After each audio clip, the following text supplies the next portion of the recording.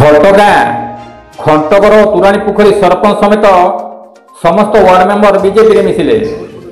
घटगाँ block BJD दुर्ग थिला।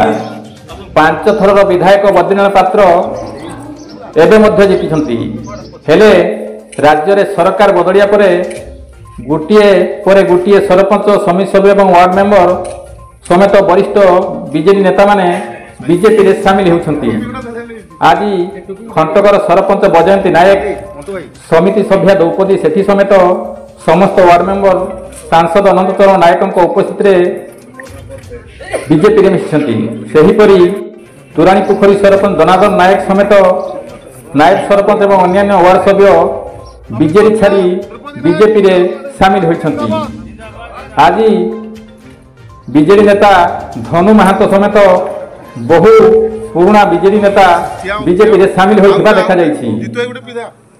एही मिश्रण पर्व रे घटगाँ ब्लॉक सांसद प्रतिनिधि अक्षय कुमार पात्र, अमर सिंह, सौम्य प्रकाश मंडल, रुद्र प्रसाद बेहेरा, अजित पाणिग्राही, प्रीतम रोशन महापात्र, जितेंद्र पोलई, हीरो राउत, टिलू राउत, शरत राउत समेत अन्य माने सामिल थिले।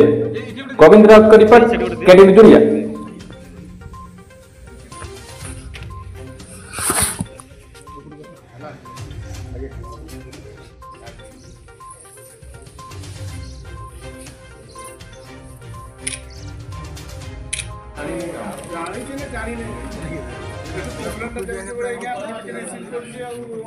नहीं